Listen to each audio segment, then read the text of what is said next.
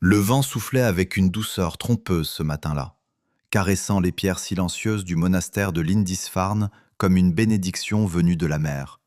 Rien, dans la lumière pâle du 8 juin 793, ne laissait présager que le monde des hommes allait basculer. Les moines vaquaient à leurs prières, leur voix s'élevant en murmures paisibles entre les murs imprégnés d'encens et de siècles de foi. Certains copiaient des manuscrits à la lueur fragile du jour, leurs plumes traçant des mots sacrés destinés à survivre aux générations. D'autres marchaient lentement dans la cour, leurs pas mesurés rythmant une vie tournée vers l'éternité. Ils n'avaient jamais tenu d'armes, ils n'en voyaient pas la nécessité. Le monde, pensaient-ils, était régi par Dieu. Puis des navires apparurent. Ils surgirent à l'horizon comme des ombres impossibles, leurs proues sculptées en dragons fendillant la brume matinale. Le silence se brisa avant même que les cris ne retentissent, comme si la terre elle-même comprenait ce qui allait suivre. Les premiers à voir les voiles ne comprirent pas immédiatement. Des marchands peut-être, des voyageurs, mais les navires avançaient trop vite, trop directement, portés par une détermination qui n'avait rien de pacifique. Lorsque les hommes débarquèrent, le monde ancien prit fin en un instant. Ils étaient couverts de fourrure et de cuir, leurs visages marqués par le sel et le froid, leurs yeux brûlants d'une intensité sauvage. Dans leurs mains, des haches et des épées étincelaient sous le soleil levant. Ils ne vinrent pas parler, ils ne vinrent pas négocier, ils vinrent tuer. Les portes du monastère cédèrent sous leurs coups, et le sanctuaire devint un champ de massacre. Les moines, désarmés, tombèrent les uns après les autres, certains tentant de protéger les manuscrits qu'ils avaient consacré leur vie à préserver. Le parchemin se mêla au sang. Les mots sacrés furent déchirés avec les corps. Ce n'était pas un simple raid, c'était une annonce. Pendant 3 siècles, ces hommes venus du Nord, que l'on appellerait bientôt vikings, hanteraient les côtes de l'Europe comme des esprits de tempête. Mais en cet instant précis, personne ne pouvait encore comprendre l'ampleur de ce qui venait de commencer. Lindisfarne n'était que le premier souffle d'un ouragan. Pourtant, ce jour-là n'était pas le véritable commencement de l'histoire. Il n'était que son réveil brutal. Car bien avant que ces navires ne traversent la mer, les fondations du monde qu'ils allaient détruire avaient déjà commencé à s'effriter. 4 siècles plus tôt, la Bretagne avait été une province de Rome, une terre disciplinée par les lois impériales et protégée par la puissance des légions. Les routes pavées reliaient des villes prospères où l'on parlait latin et où l'on récitait Virgile dans des villas ornées de mosaïques. Les murs d'Adrien marquaient une frontière claire entre civilisation et barbarie, gardée par des soldats dont la présence semblait éternelle. Mais rien ne dure éternellement. Lorsque les aigles romaines se retirèrent, elles ne laissèrent derrière elles ni armée ni certitude. Le départ des légions ne fut pas un événement soudain, mais une lente érosion, une disparition progressive dictée par des crises plus pressantes ailleurs dans l'Empire. Le gouverneur Constantin III, dans une tentative désespérée de s'emparer du pouvoir en Gaule, vida l'île de ses dernières forces militaires. Sa défaite scella le destin de la Bretagne. Les soldats ne reviendraient pas. Dans les cours abandonnées des villas, les herbes commencèrent à pousser entre les pierres fissurées. Les fresques s'effritèrent, leurs couleurs ternies par le temps et l'oubli. Les statues des dieux romains, autrefois vénérées, regardaient désormais un monde qui cessait de croire en elles. La civilisation ne disparut pas d'un coup, elle se délita, lentement, inexorablement, comme une mémoire qui s'efface. Sans les légions, la défense de l'île reposait sur des hommes qui n'avaient jamais appris à se battre seuls. Les structures qui avaient soutenu la paix romaine s'effondrèrent, laissant place à une mosaïque de pouvoirs locaux. Dans d'anciennes fortifications, des chefs britanniques se proclamèrent rois, leur territoire fluctuant au gré des alliances et des conflits. Le mot même de royaume devint fragile, changeant, instable. Parmi eux, un homme se distingua, Vortigern. Son nom signifiait « grand roi », mais son autorité ne s'étendait guère au-delà des terres qu'il pouvait contrôler par la force ou la persuasion. Il régnait dans un monde où les frontières étaient mouvantes et où chaque saison apportait son lot de menaces. Car au-delà des murs abandonnés de Rome, les ennemis observaient. Au nord, les Pictes attendaient. Depuis des générations, ces guerriers peints avaient testé la puissance romaine, attaquant puis se retirant face à une résistance qu'ils savaient invincible. Mais désormais, les murs n'étaient plus gardés. Les légions n'étaient plus là pour répondre. Comme des loups flairant le sang, ils commencèrent par de petites incursions. une villa incendiée, une famille massacrée, une reconnaissance des défenses. Puis, peu à peu, les attaques se multiplièrent. À l'ouest, d'autres menaces surgirent des mers. Les Scots d'Irlande, transportés dans leurs embarcations de cuir, frappaient les côtes avec une brutalité sans retenue. Ils cherchaient des esclaves, de l'or, tout ce qui pouvait être arraché à une terre désormais vulnérable. Les villages brûlaient, les cris résonnaient dans des régions autrefois protégées par la puissance romaine. Le feu devenait un langage que tous comprenaient. Mais la plus grande menace venait de l'Est. De l'autre côté de la mer du Nord, dans des terres balayées par le vent et la faim, des peuples observaient avec un intérêt croissant. Les Saxons, les Angles et les Jutes avaient entendu parler de cette île riche, autrefois défendue par des murs et des armées, mais désormais laissée presque sans protection. Dans leur hall de bois, les guerriers écoutaient les récits des marchands et des pillards revenus avec des histoires de champs fertiles, de bétail gras et de trésors mal gardés. Pour eux, la Bretagne n'était pas seulement une cible, elle était une promesse. Et tandis que Vortigern tentait de maintenir un fragile équilibre entre les forces qui menaçaient son royaume, il prit une décision qui allait changer le destin de l'île à jamais. Une décision qui ouvrirait la porte non pas à des alliés, mais à des conquérants. Le vent continuait de souffler sur Lindisfarne, emportant avec lui les cendres et les cris du présent. Mais ce vent portait aussi les échos du passé et les prémices d'un avenir que nul ne pouvait encore imaginer. Dans les années qui suivirent le départ des légions, la Bretagne n'était plus un royaume, mais une inquiétude permanente. Chaque aube apportait son lot d'incertitudes, chaque nuit son cortège de peur murmurait autour des feux. Vortigern, qui portait le titre de Haut Roi, gouvernait moins un territoire qu'un fragile équilibre entre chaos et survie. Ses messagers parcouraient des routes jadis romaines, mais désormais dégradées, portant des appels à l'aide qui se perdaient souvent dans l'indifférence ou l'impuissance des chefs locaux. Car chacun défendait d'abord sa propre terre, ses propres hommes, son propre avenir. Les attaques des Pictes s'étaient intensifiées, gagnant en audace à mesure qu'ils comprenaient que personne ne viendrait les repousser avec la discipline d'autrefois. Ils descendaient des collines comme des ombres peintes, frappant vite, disparaissant plus vite encore. Les villages du Nord vivaient dans une terreur constante, leurs habitants apprenant à fuir avant même de combattre. À l'ouest, les Scots poursuivaient leurs incursions, leurs embarcations glissant sur les vagues avec une sinistre régularité. La mer, autrefois voie de commerce, devenait un chemin de destruction. Vortigern comprit alors une vérité que peu osaient formuler. Les Bretons ne pouvaient plus se défendre seuls. Il se souvenait des méthodes romaines, de cette manière froide et efficace de résoudre les problèmes qui dépassaient les capacités locales. Rome avait souvent recruté des barbares pour combattre d'autres barbares, les intégrant comme fédérés, des alliés rémunérés en échange de leurs services militaires. Ces hommes n'étaient pas des citoyens, mais ils combattaient pour Rome, et tant que l'or coulait et que les terres étaient promises, leur loyauté semblait assurée. Ce modèle, Vortigern décida de l'imiter. De l'autre côté de la mer, les Saxons n'étaient pas inconnus. Leurs guerriers avaient déjà servi dans les armées romaines. Ils connaissaient la discipline du combat organisé tout en conservant la férocité de leur tradition. Ils vivaient dans des terres austères, entre l'Elbe et la Vézère, où la vie était dure et les ressources limitées. Là-bas, les jeunes hommes regardaient vers l'horizon avec une impatience brûlante, rêvant de terres plus riches, de butins plus abondants, d'un destin plus vaste que celui offert par leur forêt froide. Lorsque l'appel de Vortigern leur parvint, il ne fut pas entendu comme une simple offre de travail. Il fut perçu comme une invitation. 2 frères répondirent les premiers, Hengist et Horsa.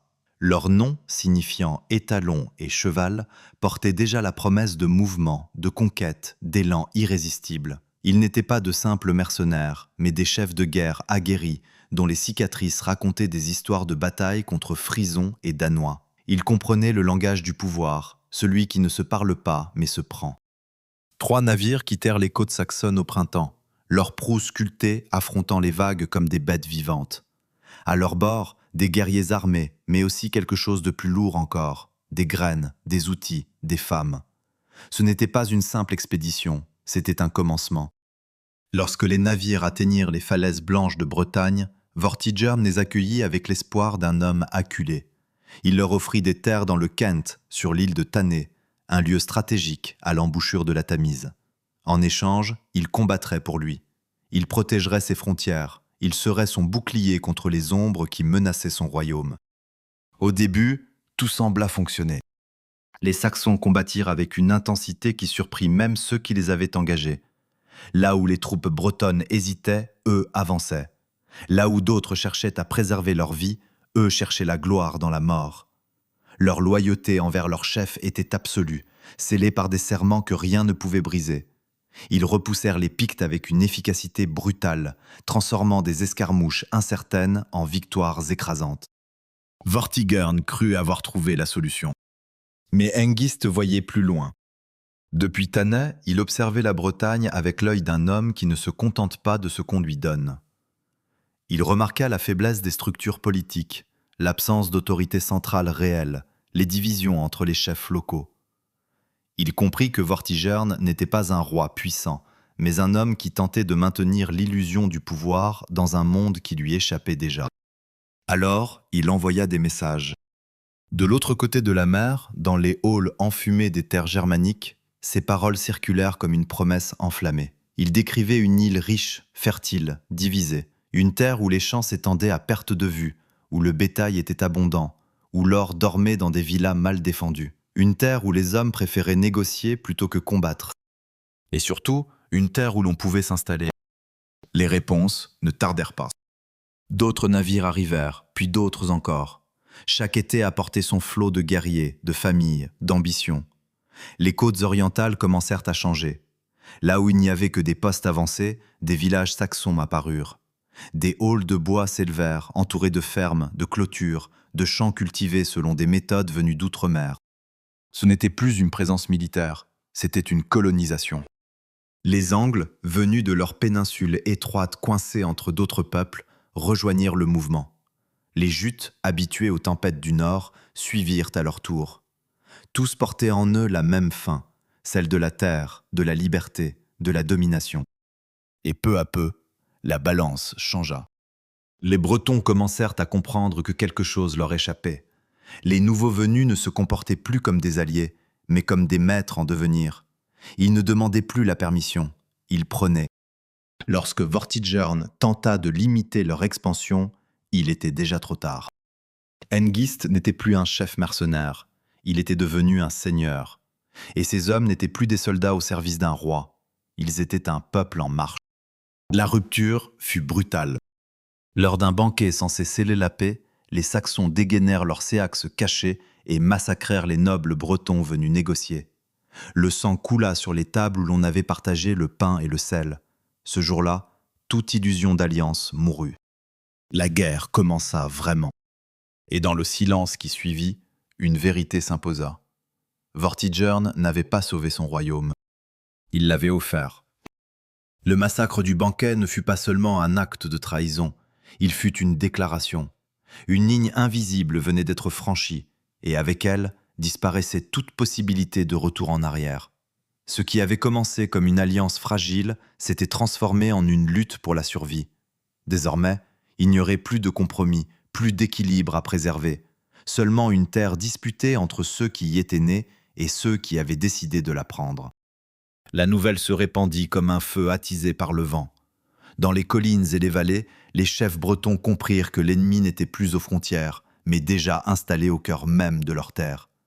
Les Saxons, les Angles et les Jutes ne venaient plus comme des invités, mais comme des conquérants. Leurs villages s'étaient multipliés, leur force avait grandi, et leur volonté de s'imposer ne faisait plus aucun doute. Les premières batailles furent chaotiques, marquées par la confusion et la colère. Les Bretons, habitués à des conflits locaux, se retrouvèrent face à un ennemi qui combattait avec une cohésion nouvelle, une détermination presque implacable.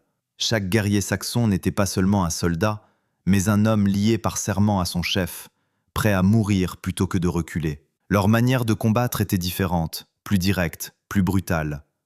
Là où les Bretons cherchaient parfois à préserver leurs forces, les Germains cherchaient à briser celles de l'ennemi en une seule poussée. À Aylesford, le choc fut terrible.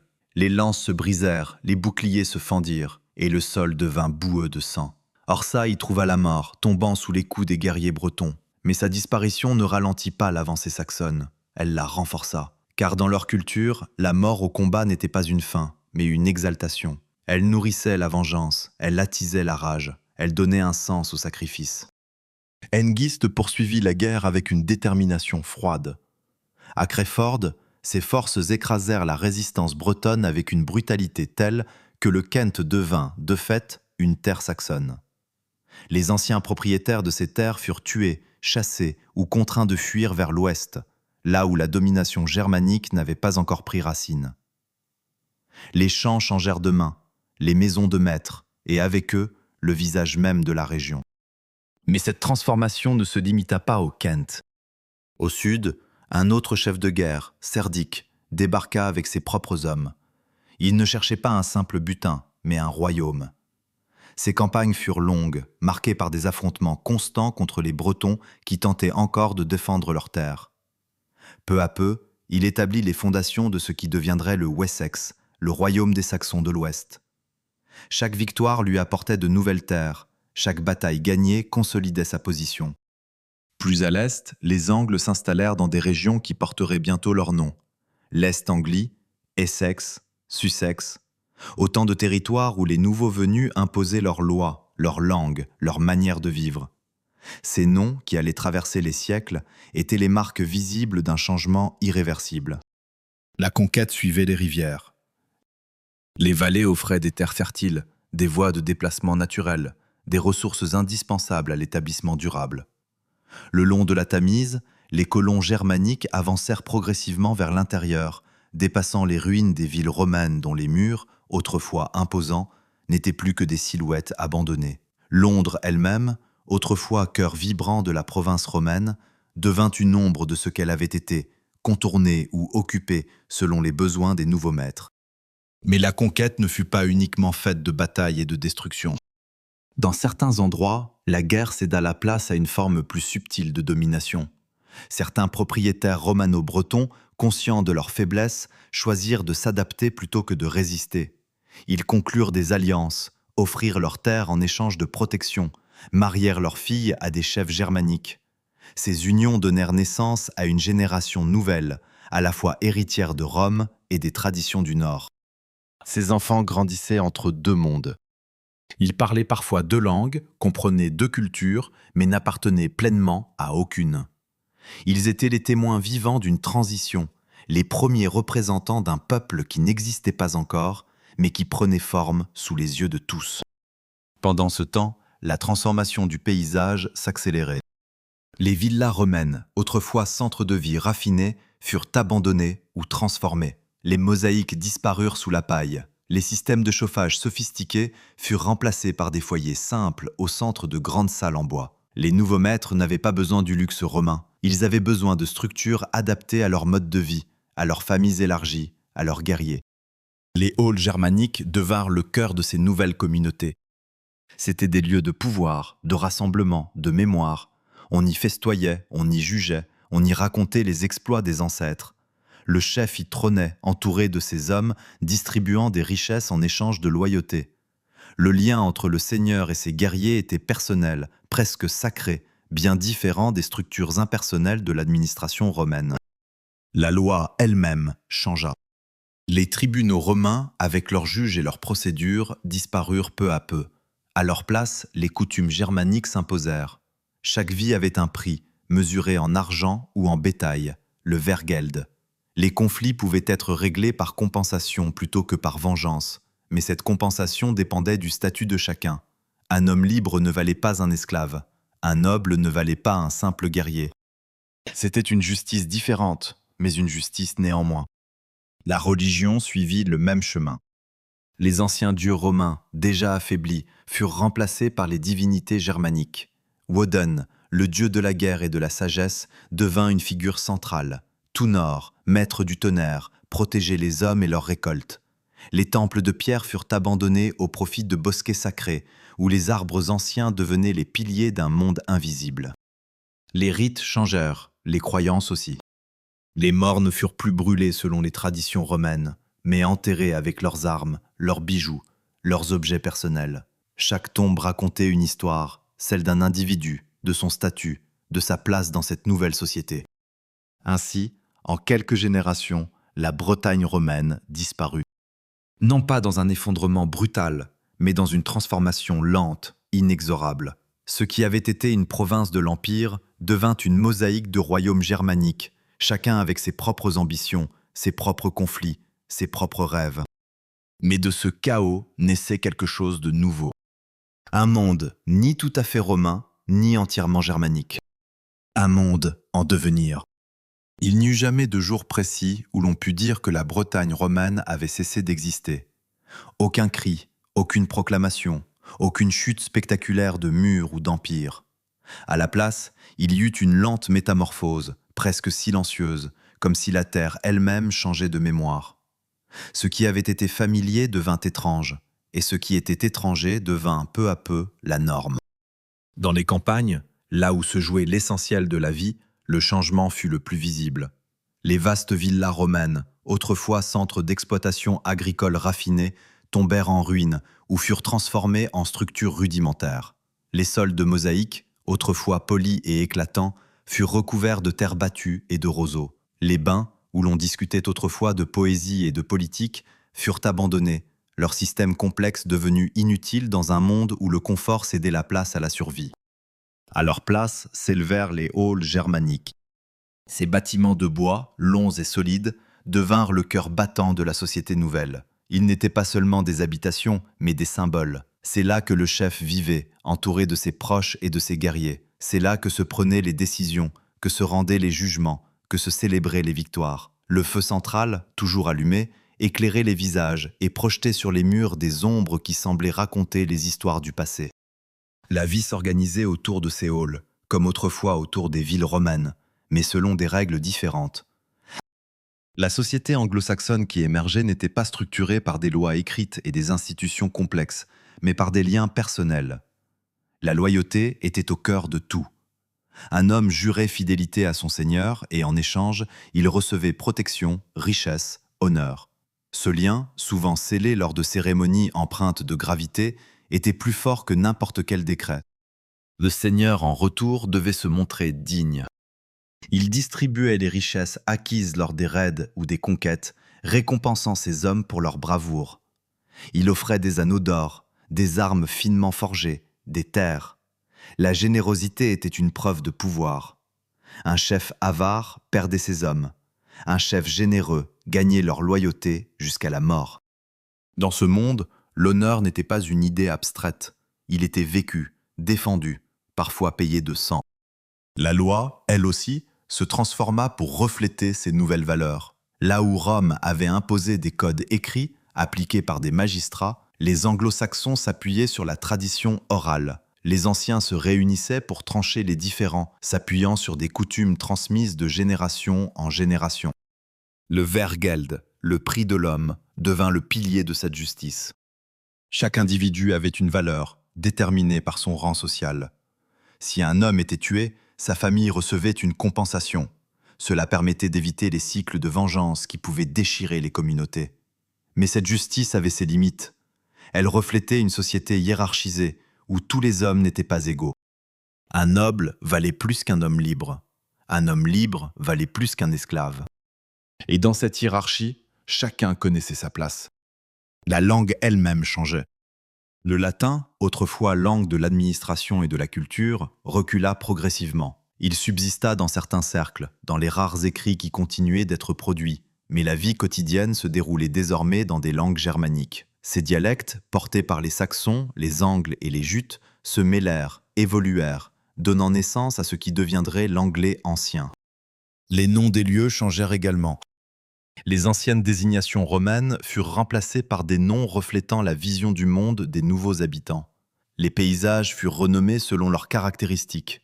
Une rivière, une colline, une forêt. Chaque nom était une manière de s'approprier la terre, de la faire sienne.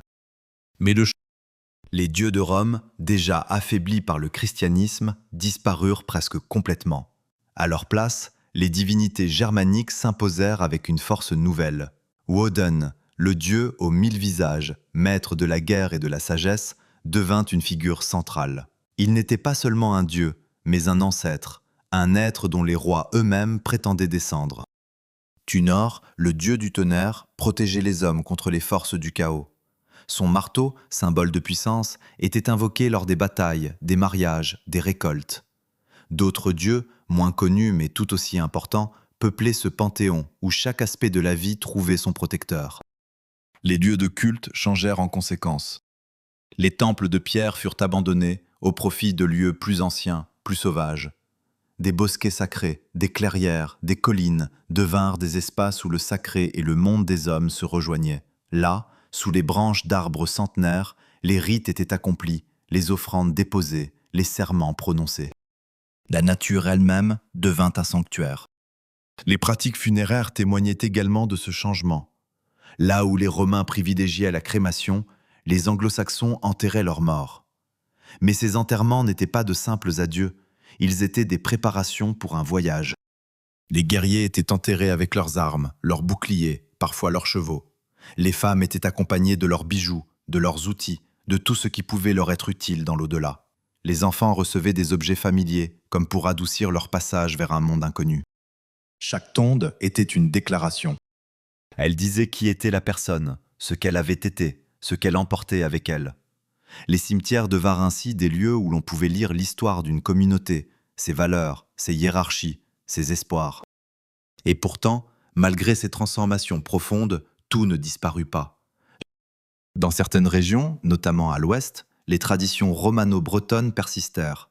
Là, le latin continua d'être parlé, les structures anciennes survécurent, les croyances chrétiennes restèrent vivantes.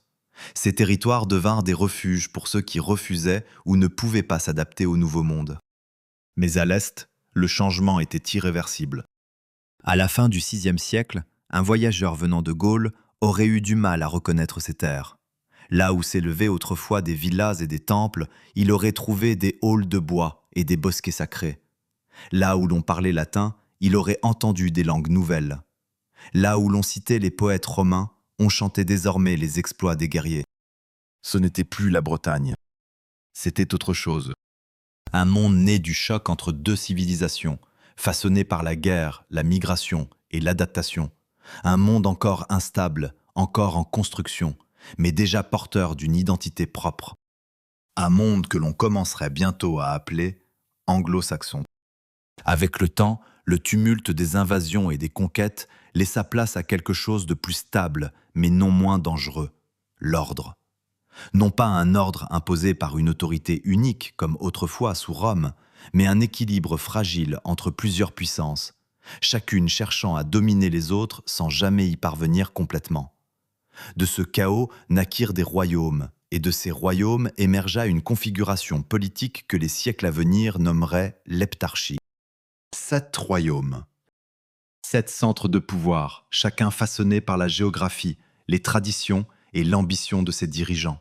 Ils partageaient des origines communes, une langue proche, des croyances similaires, mais cela ne les empêchait pas de se livrer à des luttes incessantes. Car dans ce nouveau monde, la guerre n'était pas une exception, elle était une condition. Le premier de ces royaumes à s'imposer fut le Kent. Situé à l'est, face au continent, il bénéficiait d'une position stratégique incomparable. Les navires venant de Gaule y accostaient, apportant avec eux des marchandises, mais aussi des idées, des influences. Le Kent devint rapidement un point de contact entre le monde anglo-saxon et l'Europe continentale. Ces rois, descendants de Hengist, comprirent l'importance de cette ouverture. Ils cultivèrent des relations diplomatiques, adoptèrent certaines pratiques étrangères et firent de leur cour un lieu où se mêlaient traditions germaniques et raffinements venus d'ailleurs. Mais cette sophistication avait un prix. Car le Kent, tourné vers l'extérieur, devait constamment défendre ses intérêts face à des voisins moins enclins à la négociation. Et parmi ces voisins, le plus redoutable se trouvait au sud-ouest, le Wessex. Fondé sur les conquêtes de Cerdic, le royaume des Saxons de l'Ouest était une terre de guerre. Ses frontières étaient contestées, notamment par les Bretons qui résistaient encore dans les régions de Cornouailles et du Devon. Les rois du Wessex étaient des guerriers avant tout, habitués à défendre chaque parcelle de leur territoire. Leur force résidait dans leur capacité à s'adapter, à frapper vite, à exploiter chaque faiblesse de leurs ennemis. Plus au nord, la Mercie s'élevait lentement mais sûrement. Située au cœur de l'île, elle occupait une position stratégique essentielle. Les routes qui traversaient la Mercie reliaient le nord au sud, l'est à l'ouest. Celui qui contrôlait cette région contrôlait les échanges, les mouvements, les flux de richesses. Les rois merciens comprirent très tôt cet avantage. Ils ne se contentèrent pas de défendre leur territoire. Ils cherchèrent à étendre leur influence, à imposer leur autorité sur leurs voisins. La Mercie n'était pas seulement un royaume, elle était une ambition. Au nord, la Northumbrie dominait les terres les plus vastes. Issue de la fusion de deux royaumes, Bernicie et Déra, elle s'étendait des rives de l'Humber jusqu'aux terres proches des Pictes. C'était un royaume de frontières, où la guerre était constante. Les rois northumbriens devaient faire face à des ennemis extérieurs, mais aussi à des rivalités internes. Pourtant, cette tension permanente forgea une culture particulière, où la bravoure au combat était exaltée, où les guerriers étaient élevés au rang de héros.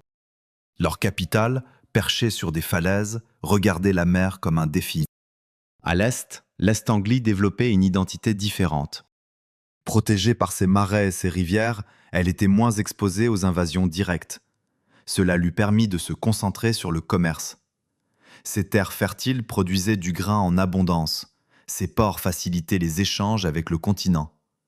Les rois de l'Est Anglie, descendants des Wuffinga, prétendaient eux aussi descendre des dieux, renforçant leur légitimité par des lignées mythiques. Mais leur richesse les rendait vulnérables. Car dans ce monde, la prospérité attirait la convoitise.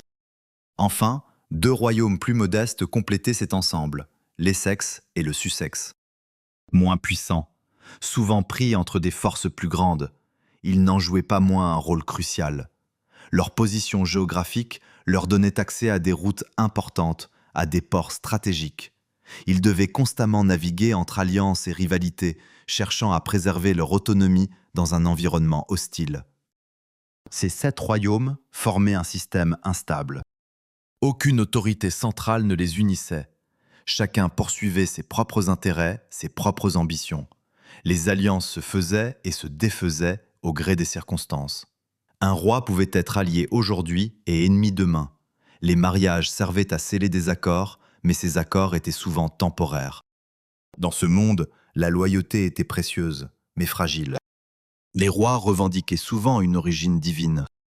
Ils affirmaient descendre de Woden, utilisant cette filiation pour légitimer leur pouvoir. Ces généalogies n'étaient pas de simples récits, elles étaient des outils politiques. Elles permettaient de renforcer l'autorité, de justifier les conquêtes, de créer un sentiment d'unité autour d'une figure centrale. Mais cette unité restait superficielle, car derrière le discours, la réalité était celle de la compétition. Les guerres étaient fréquentes. Les frontières changeaient.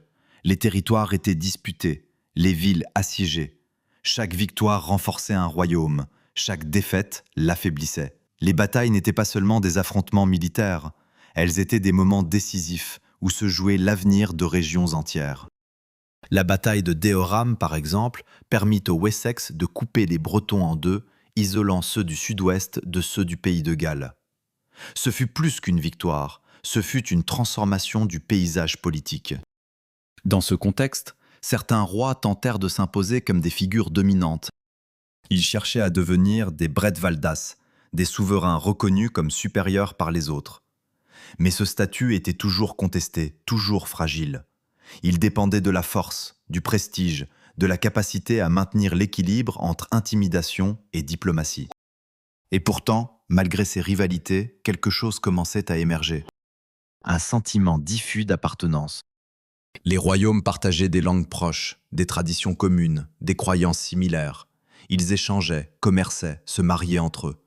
Les poètes circulaient d'une cour à l'autre, racontant les exploits des rois, tissant une mémoire collective. Peu à peu, sans que personne ne le décide vraiment, une identité prenait forme. Une identité encore fragmentée, encore incertaine, mais bien réelle. L'Heptarchie n'était pas une nation, mais elle en était peut-être le début. Il y eut un temps où les dieux anciens semblaient indétrônables, où les forêts murmuraient les noms de Woden et de Tunor, où chaque éclair dans le ciel était interprété comme un signe divin. Les guerriers levaient leurs épées vers les nuages, persuadés que les puissances invisibles guidaient leurs coups et décidaient de leur destin. Dans les halls enfumés, les poètes chantaient les exploits des ancêtres, mêlant l'histoire à la légende, et les hommes écoutaient, convaincus que leur sang portait encore la trace des dieux. Puis, sans fracas, une autre foi arriva. Elle ne vint pas avec des armées, mais avec des hommes vêtus de noir, portant des livres au lieu d'armes, des paroles au lieu de menaces. Leur voyage avait été long, semé de doutes et de peurs. Beaucoup avaient envisagé de faire demi-tour, effrayés par les récits de terres hostiles et de peuples farouchement attachés à leurs traditions. Mais l'ordre venait de Rome, et la mission ne pouvait être abandonnée. Lorsque ces hommes posèrent le pied sur les rivages du Kent, ils apportaient avec eux plus qu'une religion. Ils apportaient une vision du monde. Le roi Ethelbert les observa avec curiosité. Il n'était pas un homme naïf. Il savait que les idées pouvaient être aussi puissantes que les épées. Mais il connaissait aussi le christianisme à travers sa femme, Bertha, une princesse franque qui avait conservé sa foi en épousant un roi païen. Dans une petite chapelle discrète, elle priait un Dieu unique, invisible, dont la puissance semblait ne dépendre ni du tonnerre ni du sang versé. Ce Dieu intriguait. Les missionnaires, menés par Augustin, ne cherchèrent pas à imposer leur foi. Ils parlèrent, expliquèrent, convainquirent. Ils décrivaient un monde où la vie ne s'arrêtait pas à la mort, où chaque action était jugée par une justice divine, où le salut était offert à ceux qui croyaient. Ils parlaient d'un Dieu qui n'exigeait pas de sacrifices humains ou animaux, mais de la foi et de la dévotion. Pour un roi, la question n'était pas seulement spirituelle, elle était politique. Adopter cette nouvelle religion signifiait s'ouvrir à un réseau plus vaste, à des alliances avec des royaumes chrétiens, à des échanges culturels et commerciaux renforcés. Cela signifiait aussi introduire une nouvelle forme d'autorité, celle de l'Église, qui pouvait soutenir ou contester le pouvoir royal. Ethelbert réfléchit. Puis il choisit. Sa conversion ne fut pas un acte isolé. Elle entraîna avec elle celle de son peuple, car dans ce monde, la foi du roi devenait souvent celle de ses sujets. Le jour de Noël 597, des milliers d'hommes et de femmes descendirent dans les eaux pour être baptisés, laissant derrière eux les anciens dieux pour embrasser une nouvelle croyance. Ce fut un moment de rupture, mais aussi un moment de continuité. Car le christianisme ne remplaça pas immédiatement les anciennes traditions. Il s'y mêla, s'y adapta, les transforma lentement. Les lieux sacrés païens devinrent parfois des églises. Les fêtes anciennes furent intégrées au calendrier chrétien. La transition ne fut pas une destruction, mais une transformation. D'autres royaumes observèrent. En Northumbrie, le roi Edwin se trouva confronté à un choix similaire. Les missionnaires lui parlèrent, comme il l'avait fait avec Ethelbert. Mais Edwin hésitait. Abandonner les dieux anciens n'était pas une décision légère. Cela signifiait renoncer à des traditions profondément enracinées, à des croyances qui avaient guidé son peuple pendant des générations. Il convoqua son conseil. Les hommes se réunirent dans le hall, leurs visages éclairés par le feu central. Ils écoutèrent les arguments, pesèrent les risques. Puis l'un d'eux, un conseiller dont le nom s'est perdu, prit la parole. Il parla de la vie humaine comme du vol d'un moineau. Un oiseau qui traverse une salle en hiver, entrant par une porte, trouvant un instant de chaleur, puis ressortant dans l'obscurité. Ce bref moment de lumière, dit-il, représente la vie. Mais ce qui précède et ce qui suit reste inconnu. Si cette nouvelle foi pouvait éclairer cette obscurité, alors elle méritait d'être considérée. Ces mots marquèrent Edwin. Il comprit que le christianisme offrait quelque chose que les anciens dieux ne pouvaient garantir, une réponse à l'inconnu, une promesse au-delà de la mort. En 627, il fut baptisé. Et avec lui, la Northumbrie entra dans une nouvelle ère. La conversion se répandit alors comme un feu. Chaque roi qui adoptait la nouvelle foi entraînait son peuple. Les missionnaires parcouraient les royaumes, établissant des églises, fondant des monastères. Ces lieux devinrent rapidement des centres de savoir, où l'on copiait des manuscrits, où l'on enseignait, où l'on préservait des connaissances qui auraient autrement disparu. Mais tout ne fut pas simple. Deux visions du christianisme coexistaient. D'un côté, la tradition romaine, organisée, hiérarchisée, liée au pape. De l'autre, la tradition celtique, plus austère, plus indépendante, issue des monastères irlandais. Ces deux formes de foi différaient sur des points importants. La date de Pâques, les pratiques monastiques, l'autorité religieuse. Ces différences finirent par provoquer des tensions. Le synode de Whitby, en 664, fut convoqué pour résoudre ce conflit. Les débats furent intenses, passionnés. D'un côté, les défenseurs de la tradition celtique invoquaient l'ancienneté et la sainteté de leurs pratiques. De l'autre, les partisans de Rome mettaient en avant l'unité de l'Église universelle. Le roi Oswiu devait trancher.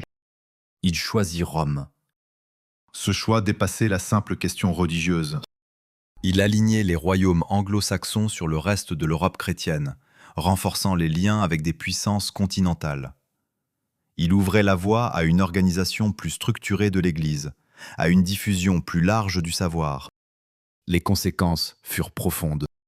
Les monastères devinrent des centres intellectuels majeurs. On y copiait non seulement des textes religieux, mais aussi des œuvres de l'Antiquité. Des érudits comme Bède émergèrent, écrivant des chroniques qui allaient façonner la mémoire de ces temps. L'art lui-même changea. Les manuscrits enluminés, comme les évangiles de Lindisfarne, combinaient des motifs celtiques et des influences méditerranéennes. Les croix de pierre, sculptées avec une précision remarquable, se dressaient dans le paysage, témoignant de la nouvelle foi. Peu à peu, le monde anglo-saxon se transforma. Les anciens dieux ne disparurent pas immédiatement. Ils survécurent dans les traditions, dans les récits, dans les noms des jours, mais leur pouvoir déclina. Le christianisme s'imposa, non pas comme une force brutale, mais comme une présence persistante, structurante. Et dans ce changement, une nouvelle identité prit forme. Une identité où la foi, le savoir et le pouvoir se mêlaient. Une identité qui allait façonner l'avenir de ces royaumes.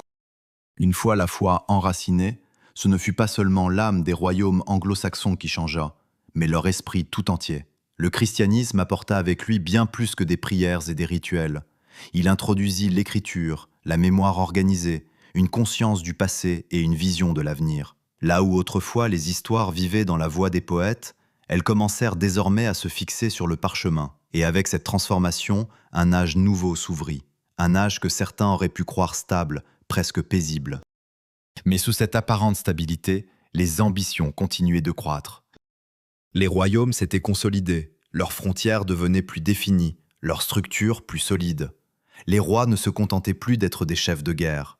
Ils devenaient des souverains, entourés de conseillers, de scribes, de religieux. Le pouvoir se raffina, se complexifia, mais ne perdit jamais sa nature fondamentale. Il devait être défendu, étendu, prouvé. La Mercie, plus que tout autre royaume, incarna cette transformation. Située au cœur de l'île, elle devint le centre d'une puissance montante.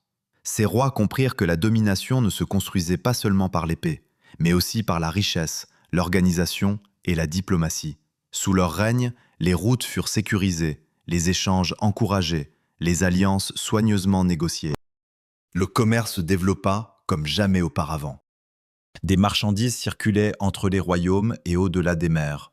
Le vin arrivait de Gaule, l'ambre des régions baltiques, les étoffes fines des terres lointaines.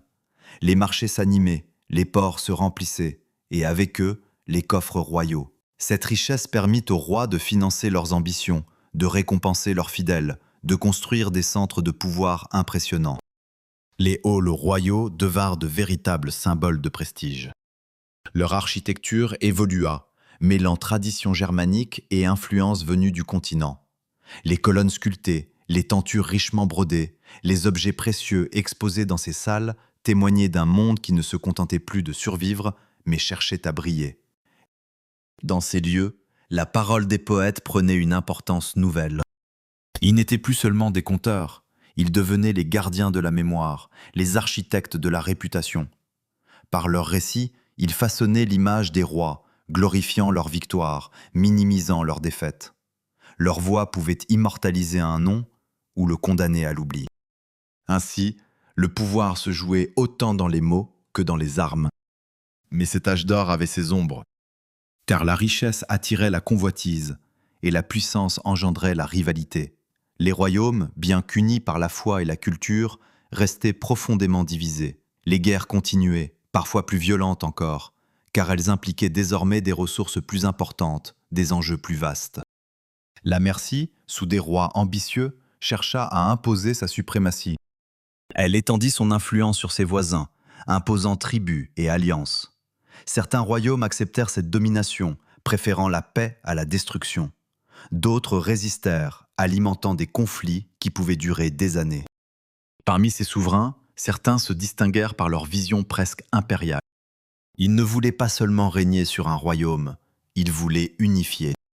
Cette idée, encore floue, encore fragile, commençait à émerger, celle d'une autorité unique sur l'ensemble des terres anglo-saxonnes.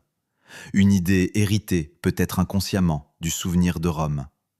Mais cette ambition se heurtait à une réalité complexe, faite de rivalités anciennes, de traditions locales, de fierté tenace. Dans le même temps, la religion continuait de jouer un rôle central. Les monastères se multipliaient, devenant des centres de savoir et de pouvoir. Les moines copiaient des manuscrits, enseignaient, conseillaient les rois. Leur influence dépassait largement le domaine spirituel. Ils participaient à la politique, à l'administration, à la diplomatie. Des figures comme Bède émergèrent, incarnant cette nouvelle élite intellectuelle. Depuis sa cellule, il décrivait, observait, analysait. Son regard portait au-delà des événements immédiats. Il cherchait à comprendre, à expliquer, à transmettre. Grâce à lui et à d'autres comme lui, l'histoire de ces royaumes ne se perdit pas dans l'oubli. Elle fut conservée, organisée, racontée. L'art, lui aussi, atteignit des sommets. Les objets retrouvés dans les tombes témoignent d'un savoir-faire remarquable. Les bijoux, les armes, les ornements révèlent une maîtrise technique et une sensibilité esthétique qui rivalisent avec les meilleures productions du continent. Les motifs entrelacés, les formes stylisées, les matériaux précieux. Tout cela raconte un monde qui ne se contente pas d'exister, mais qui cherche à exprimer sa richesse, sa complexité, sa beauté. Mais derrière cette splendeur, une réalité persistait. La fragilité. Car malgré les progrès, malgré les richesses, malgré les ambitions, les royaumes restaient vulnérables. Leur unité était illusoire, leur stabilité précaire. Les frontières pouvaient être redessinées en une seule bataille, les alliances brisées par une seule trahison. Et au-delà des mers, dans des terres froides et lointaines, d'autres regards commençaient à se tourner vers eux. Des regards attirés par cette richesse. Des regards porteurs d'une nouvelle tempête. Car pendant que les royaumes anglo-saxons construisaient leur âge d'or, ils ignoraient encore qu'un danger plus grand que tous ceux qu'ils avaient affrontés jusqu'ici se préparait. Un danger qu'ils ne chercheraient pas seulement à piller, mais à conquérir. Le feu qui consuma Lindisfarne ne fut pas une anomalie, il fut un présage. Au début, les royaumes anglo-saxons refusèrent de voir dans ces attaques autre chose que des événements isolés, des violences ponctuelles venues de peuples lointains. Après tout, ils avaient connu des raids auparavant. Des ennemis étaient venus, avaient frappé, puis étaient repartis. C'était une réalité ancienne, presque familière. Mais ce qui arrivait désormais était différent. Les attaques ne cessèrent pas. Elles se répétèrent, année après année, avec une régularité troublante. En 794, le monastère de Jarrow fut attaqué à son tour. Ses bibliothèques, qui contenaient des trésors de savoir accumulés sur des générations, furent livrées aux flammes.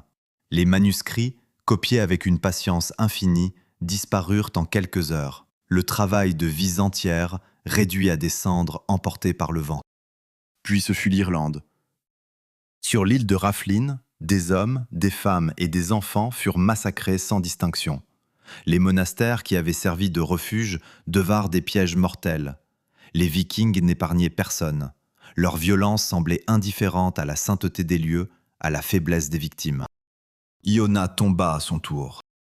Ce lieu qui avait été un centre de foi et de savoir, un phare spirituel pour toute la région, fut pillé sans pitié.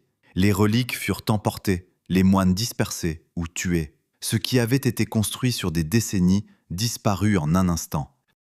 Pour les contemporains, ces événements étaient incompréhensibles.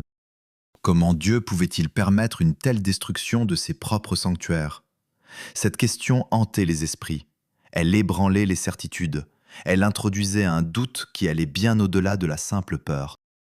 Mais les Vikings, eux, ne se posaient pas ces questions. Ils venaient pour l'or.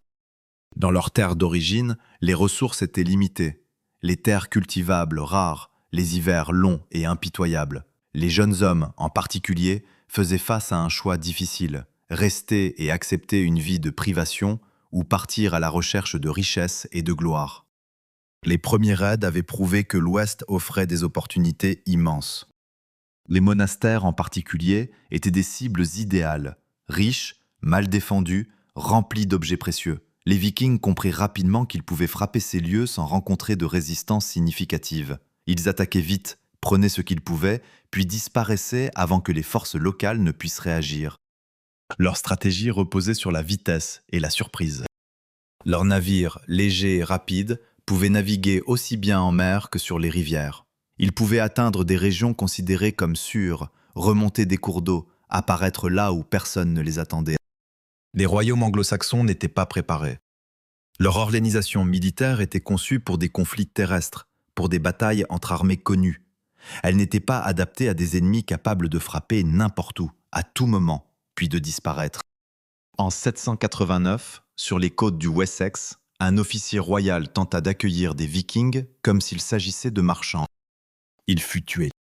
Ce geste simple et brutal résumait l'incompréhension entre deux mondes.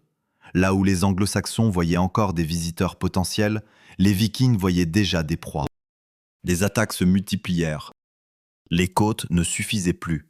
Les Vikings remontaient les fleuves, pénétraient à l'intérieur des terres, frappaient des villages, des villes, des centres religieux. Aucun endroit n'était vraiment sûr. Et pourtant, malgré la fréquence croissante de ces raids, les royaumes anglo-saxons continuaient de réagir de manière fragmentée. Chaque royaume se défendait seul. Il n'y avait pas de coordination, pas de stratégie commune. Les rivalités internes empêchaient toute réponse unifiée. Certains rois voyaient même dans les attaques vikings une opportunité d'affaiblir leurs ennemis. Cette division fut leur plus grande faiblesse. Car pendant ce temps, les Vikings évoluaient. Ils apprenaient. Ce qui avait commencé comme des raids devint progressivement quelque chose de plus ambitieux. Les guerriers ne venaient plus seulement pour piller, ils commençaient à envisager de rester. Les terres étaient riches. Pourquoi se contenter de repartir avec quelques trésors, quand il était possible de s'installer, de cultiver, de régner? Cette idée, d'abord marginale, prit de l'ampleur. Dans les fjords de Scandinavie, les récits changeaient. On ne parlait plus seulement de butin, mais de terres à conquérir, de royaumes à fonder, d'un avenir au-delà de la mer. Les expéditions devinrent plus importantes, les groupes plus nombreux, des objectifs plus ambitieux. Ce n'était plus une série de raids, c'était le début d'une invasion. Et lorsque cette invasion prit forme, elle changea tout. Car ce qui arriva ensuite ne fut pas une simple intensification de la violence. Ce fut un bouleversement complet. Un choc si profond qu'il allait briser l'équilibre fragile des royaumes anglo-saxons, mettre fin à leur âge d'or et ouvrir la voie à une nouvelle ère. Une ère où la survie elle-même serait en jeu. L'hiver de l'an 865 fut silencieux, mais ce silence n'avait rien de paisible. De l'autre côté de la mer, dans les ports danois, les navires se rassemblaient comme une nuée sombre, prête à s'abattre. Ce n'étaient plus les petites flottes des années précédentes, ni des groupes de pillards cherchant un butin rapide. Cette fois, c'était une armée, une véritable armée. Les chroniques la nommeraient plus tard la Grande Armée païenne. Elle n'était pas composée d'hommes ordinaires. Parmi eux se trouvaient des chefs dont les noms allaient devenir légendaires. Ivar le Désossé, dont l'esprit stratégique compensait les faiblesses du corps. Halfdan, redouté pour sa brutalité. Ubba, dont la férocité inspirait autant la crainte que le respect. Ces hommes n'étaient pas venus pour piller et repartir. Ils étaient venus pour conquérir. Leur arrivée ne fut pas une surprise totale, mais son ampleur dépassa tout ce que les royaumes anglo-saxons avaient connu jusque-là. Ils débarquèrent en East Anglia. Là, plutôt que de se précipiter dans des combats inutiles, ils firent preuve d'une intelligence froide. Ils exigèrent des chevaux, transformant leur armée en une force mobile capable de frapper rapidement et de se déplacer avec une efficacité redoutable. Puis ils avancèrent vers le nord.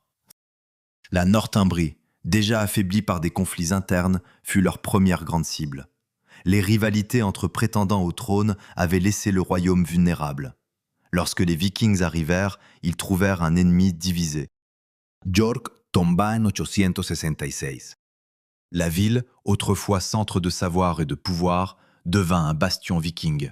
Les rues qui avaient résonné des prières chrétiennes entendirent désormais les chants des guerriers nordiques. Les églises furent profanées, certaines transformées, d'autres abandonnées. Le pouvoir changea de main, et avec lui, l'identité même de la région. Les rois northumbriens tentèrent de reprendre la ville. Ils échouèrent. Leur défaite fut totale, et avec elle s'éteignit l'indépendance réelle du royaume. La Northumbrie, autrefois puissante, devint une terre dominée. Les Vikings continuèrent leur avancée.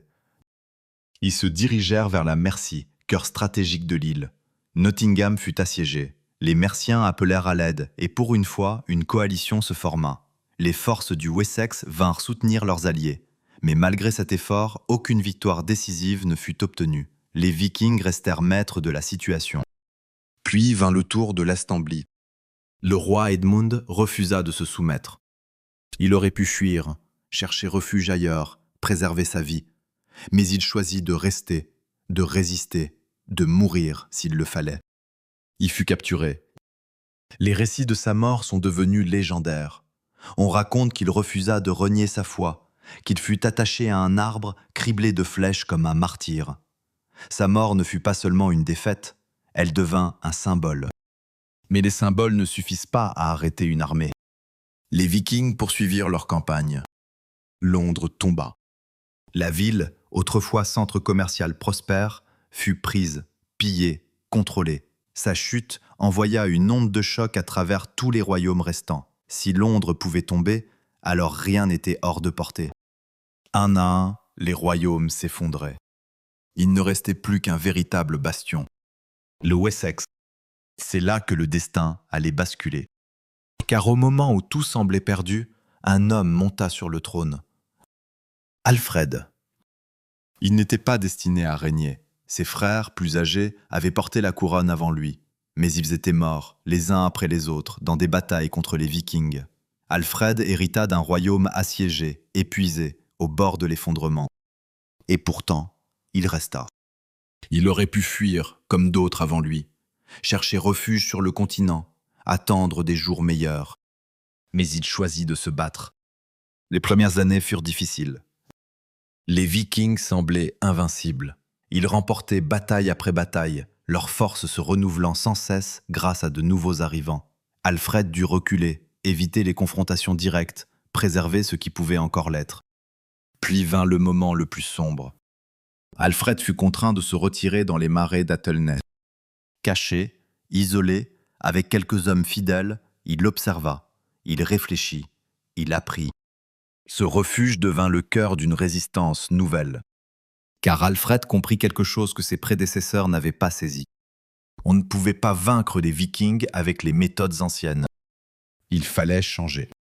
Il réorganisa ses forces. Il mit en place des systèmes de défense plus flexibles. Il divisa ses troupes pour assurer une présence constante. Il renforça les fortifications. Il transforma la guerre. Puis, au moment opportun, il frappa. La bataille d'Eddington, en 878, fut décisive. Pour la première fois, les Vikings furent réellement battus par une armée anglo-saxonne réorganisée. Leur chef, Guthrum, fut contraint de négocier. Et dans un geste inattendu, il accepta le baptême. Ce n'était pas une conversion sincère, mais un acte politique, un moyen de sceller la paix. Le traité qui suivit divisa l'Angleterre. D'un côté, le Wessex, libre. De l'autre, les territoires contrôlés par les Vikings, qui deviendraient le Danelaw. Ce n'était pas une victoire totale. Mais ce n'était plus une défaite. Alfred avait sauvé son royaume. Et avec lui, l'espoir. Car dans ce monde brisé, où tant de royaumes avaient disparu, une chose devenait claire. La lutte n'était pas terminée. Elle ne faisait que commencer. La paix qui suivit le traité conclu entre Alfred et Guthrum n'avait rien d'une véritable réconciliation. Elle ressemblait davantage à une respiration, courte et fragile, dans un monde encore saturé de violence. Les deux camps savaient que cette trêve ne durerait pas éternellement. Mais pour Alfred, elle représentait quelque chose de précieux, du temps. Et le temps, il allait l'utiliser mieux que quiconque avant lui. Dans les années qui suivirent, le roi du Wessex ne se contenta pas de consolider son royaume. Il le transforma. Il comprit que la survie ne suffisait pas, qu'il fallait bâtir quelque chose de plus solide, de plus durable, capable de résister non seulement aux Vikings, mais à toute menace future. Il commença par la défense. Partout dans le Wessex, des fortifications furent construites ou renforcées. Ces places fortes, appelées burhs, n'étaient pas de simples refuges. Elles étaient stratégiquement positionnées, reliées entre elles, capables d'abriter les populations en cas d'attaque et de servir de base pour les opérations militaires. Pour la première fois, le territoire n'était plus seulement défendu par des hommes, mais par une organisation. Chaque bourg devenait un point d'ancrage, un symbole de résistance. Mais Alfred ne s'arrêta pas là. Il réforma son armée. Au lieu de mobiliser des forces de manière ponctuelle, il mit en place un système de rotation permettant de maintenir une présence militaire constante sans épuiser la population. Les soldats n'étaient plus seulement des paysans appelés à combattre en cas de besoin, ils devenaient une force plus structurée, plus réactive. Et surtout, il regarda vers la mer. Les Vikings avaient dominé grâce à leurs navires. Alfred décida de leur répondre sur leur propre terrain. Il fit construire une flotte, inspirée des modèles nordiques mais adaptée aux besoins locaux. Ce fut le début d'une marine qui, bien que modeste à ses débuts, allait jouer un rôle crucial dans les décennies à venir. Mais la transformation la plus profonde fut peut-être celle de l'esprit. Alfred croyait que les défaites passées n'étaient pas seulement dues à la force des Vikings, mais aussi à l'ignorance de son propre peuple. Il voyait un lien entre la perte du savoir et la faiblesse du royaume. Alors, il entreprit de restaurer l'éducation. Il fit traduire des textes importants en langue vernaculaire, afin que les nobles puissent les comprendre. Il encouragea l'apprentissage, la lecture, la réflexion. Il attira des érudits à sa cour, faisant du Wessex un centre de renouveau intellectuel. Dans un monde ravagé par la guerre, il choisit de reconstruire la connaissance. Et peu à peu, les effets de ces réformes se firent sentir. Le Wessex ne survivait plus seulement, il se renforçait. À la mort d'Alfred, en 899, son œuvre n'était pas achevée. Mais elle avait posé les fondations de quelque chose de plus grand. Son fils, Édouard, hérita de ce royaume transformé. Et il ne se contenta pas de le préserver. Il l'étendit. Édouard, que l'on appellerait plus tard l'Ancien, poursuivit le travail de son père avec une détermination froide. Mais il ne fut pas seul. À ses côtés se trouvait une figure tout aussi remarquable, sa sœur, Æthelflæd. Elle gouvernait la Mercie. Dans un monde dominé par les hommes, elle s'imposa par son intelligence, sa force, sa capacité à diriger. Elle ne portait pas une couronne au sens traditionnel, mais son autorité était incontestable. Elle construisit des fortifications, mena des campagnes militaires, négocia des alliances. Ensemble, frères et sœurs formèrent une alliance redoutable. Leur stratégie était claire. Ils n'attaquaient pas de manière désordonnée. Ils avançaient méthodiquement, consolidant chaque gain avant de poursuivre.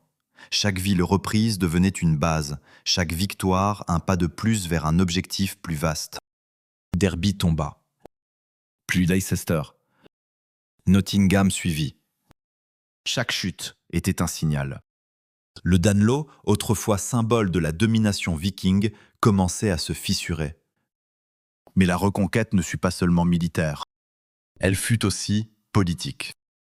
Les dirigeants danois, confrontés à une force organisée et persistante, commencèrent à négocier. Certains choisirent de se soumettre, conservant leurs terres en échange de leur loyauté. D'autres résistèrent, mais leur nombre diminuait. Peu à peu, les frontières changèrent. Les territoires autrefois contrôlés par les Vikings furent intégrés dans une structure plus large. Les différences culturelles ne disparurent pas immédiatement, mais elles commencèrent à s'estomper. Les lois s'adaptèrent, les populations se mélangèrent, les identités évoluèrent. Ce n'était plus une simple reconquête. C'était une transformation. À la mort d'Æthelflæd, un moment de bascule se produisit. La Mercie, qu'elle avait gouvernée avec tant de compétences, fut intégrée au royaume d'Édouard. Cette union renforça encore le pouvoir du Wessex, créant une entité politique plus vaste, plus cohérente. L'idée d'un royaume unique, autrefois lointaine, commençait à devenir réalité. Mais il restait encore un obstacle. Le Nord. La Northumbrie, et en particulier York, restait sous influence scandinave. Tant que cette région échappait au contrôle, l'unification ne pouvait être complète. Ce serait la tâche du prochain roi, car une nouvelle génération s'apprêtait à prendre le relais. Une génération qui ne se contenterait plus de résister ou de reconquérir, mais qui chercherait à unifier. Lorsque le pouvoir passa entre les mains d'Ethelstan, petit-fils d'Alfred, quelque chose avait déjà changé dans la manière dont les hommes percevaient leur monde. Ce n'était plus une simple mosaïque de royaumes rivaux, ni même un territoire partagé entre Saxons et Danois. C'était un espace en transition, un territoire qui cherchait encore son nom, mais qui portait déjà en lui les contours d'une unité possible. Ethelstan ne monta pas sur le trône dans un climat de paix. Les cicatrices des guerres passées étaient encore visibles, les alliances encore fragiles, les ambitions encore vives. Mais il hérita d'un avantage que ses prédécesseurs n'avaient jamais pleinement possédé, une base solide. Le travail d'Alfred, d'Édouard et d'Ethelfled avait créé les conditions d'un pouvoir plus centralisé, plus structuré. Et Ethelstan comprit immédiatement ce que cela signifiait. Il ne s'agissait plus seulement de défendre ou de reconquérir. Il s'agissait d'unifier. Son règne fut marqué par une volonté claire, imposer son autorité sur l'ensemble des territoires anglo-saxons et au-delà. Il ne cherchait pas simplement à être un roi parmi d'autres, il voulait être le roi des rois. Et pour cela, il utilisa tous les outils à sa disposition. La guerre, bien sûr, restait essentielle, mais elle n'était plus le seul moyen. Ethelstan comprenait l'importance de la diplomatie, des alliances, des symboles. Il savait que le pouvoir devait être reconnu autant qu'imposé. En 927, il s'empara de York. Cette victoire fut décisive. York n'était pas seulement une ville, c'était un symbole. Depuis les invasions vikings, elle avait été le cœur du pouvoir scandinave en Angleterre. La reprendre signifiait bien plus qu'un gain territorial. Cela signifiait la fin d'une époque. Pour la première fois, un seul homme contrôlait l'ensemble des terres anglo-saxonnes. Mais Ethelstan ne s'arrêta pas là. Les rois voisins observaient. Au nord, en Écosse, à l'ouest, au Pays de Galles, tous comprenaient que l'équilibre des forces avait changé. Et face à cette nouvelle puissance, ils durent faire un choix, résister ou reconnaître. À Emon Bridge, une scène se joua qui aurait été impensable quelques générations plus tôt. Les rois de ces régions vinrent reconnaître l'autorité d'Ethelstan. Ils ne renonçaient pas entièrement à leur indépendance, mais ils acceptaient sa suprématie. Ils reconnaissaient en lui un souverain au-dessus des autres. Ce moment fut plus qu'un acte politique. Ce fut un tournant, car il marquait la naissance d'une idée, celle d'un royaume unifié. Ethelstan renforça cette unité par d'autres moyens. Il développa une administration plus centralisée, s'appuyant sur des réseaux de fidèles capables de gérer des territoires vastes. Il encouragea les échanges commerciaux, favorisant la circulation des biens et des idées. Il établit des lois qui s'appliquaient à des régions autrefois indépendantes. Peu à peu, les différences s'atténuaient. Les anciennes divisions entre Saxons, Angles et Danois perdaient de leur importance. Une identité nouvelle émergeait, forgée par des siècles de conflits, de migrations, de transformations. Mais cette unité restait fragile, car tous n'acceptaient pas cette domination. Au nord, les tensions persistaient. En Irlande, les Vikings continuaient de représenter une menace. Les alliances conclues par Ethelstan étaient solides, mais elles reposaient sur un équilibre délicat. Et comme souvent dans l'histoire, cet équilibre fut brisé. Une coalition se forma. Les rois qui avaient reconnu Ethelstan décidèrent de s'opposer à lui. Les Scandinaves d'Irlande, les Écossais, les forces du Nord, tous unirent leurs forces dans un objectif commun, mettre fin à cette domination. Le conflit qui s'annonçait allait être décisif. Il ne s'agirait pas d'une simple bataille, mais d'un affrontement pour l'avenir. Car si Ethelstan gagnait, l'unité serait consolidée. S'il perdait, tout pourrait s'effondrer. Et ainsi, les forces se rassemblèrent. Les armées se préparèrent. Le destin de cette terre, façonné par des siècles de guerre et de transformation, allait se jouer sur un champ de bataille. Un lieu dont le nom traverserait les âges. Brunanburh. L'aube se leva sur Brunanburh, comme sur tant d'autres champs de bataille avant elle. Mais l'air lui-même semblait chargé d'une gravité différente. Ce n'était pas seulement une rencontre entre armées. C'était un moment suspendu, un point de bascule où des siècles d'histoire allaient se cristalliser en quelques heures de violence. Les forces qui se faisaient face n'étaient pas ordinaires. D'un côté, Æthelstan, roi des Anglais, portait avec lui le poids d'un rêve devenu presque réalité, celui d'un royaume unifié. À ses côtés se tenait son frère, Edmund, jeune, mais déjà marqué par les exigences du pouvoir. Leurs troupes étaient composées d'hommes venus de toutes les régions qu'ils avaient réunies, Saxons, Merciens, anciens sujets du Danelaw. Ce n'était plus une armée d'un seul peuple, c'était une armée d'un royaume. En face, une coalition déterminée à briser cette unité. Constantin d'Écosse avait répondu à l'appel, amenant avec lui des guerriers des hautes terres, endurcis par un environnement rude et des conflits constants. À ses côtés, Olaf Gottfridsson, roi de Dublin, commandait des forces vikings dont la réputation s'étendait bien au-delà des mers. D'autres seigneurs s'étaient joints à eux, tous animés par une même volonté, empêcher l'émergence d'un pouvoir unique qui pourrait dominer leurs terres. Ce qui se jouait à Brunanburh dépassait les ambitions individuelles. C'était un affrontement entre deux visions du monde. Le choc fut brutal. Les lignes s'entrechoquèrent dans un fracas de métal et de cris. Les boucliers se heurtèrent, les lances se brisèrent, les épées trouvèrent leur chemin à travers les défenses. La bataille ne fut pas élégante, elle fut totale. Æthelstan tenait le centre. Ses hommes, disciplinés, résistaient aux assauts répétés. Ils savaient que céder ici signifiait tout perdre. Autour d'eux, le combat faisait rage. Les ailes de l'armée vacillaient, se reformaient, avançaient puis reculaient. Rien n'était certain. Olaf menait ses guerriers avec une fureur implacable. Ses attaques visaient à briser la cohésion ennemie, à créer une brèche, un point de rupture.